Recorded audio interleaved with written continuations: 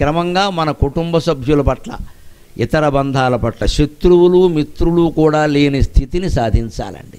మైత్రి కూడా ఎవరితోనూ ఎక్కువగా వద్దు, అంటీ ముట్టనట్టుగానే ఉండాలి. లౌకిక బంధాల విషయంలో అంటీ ముట్టనట్టుగా ఉండాలి.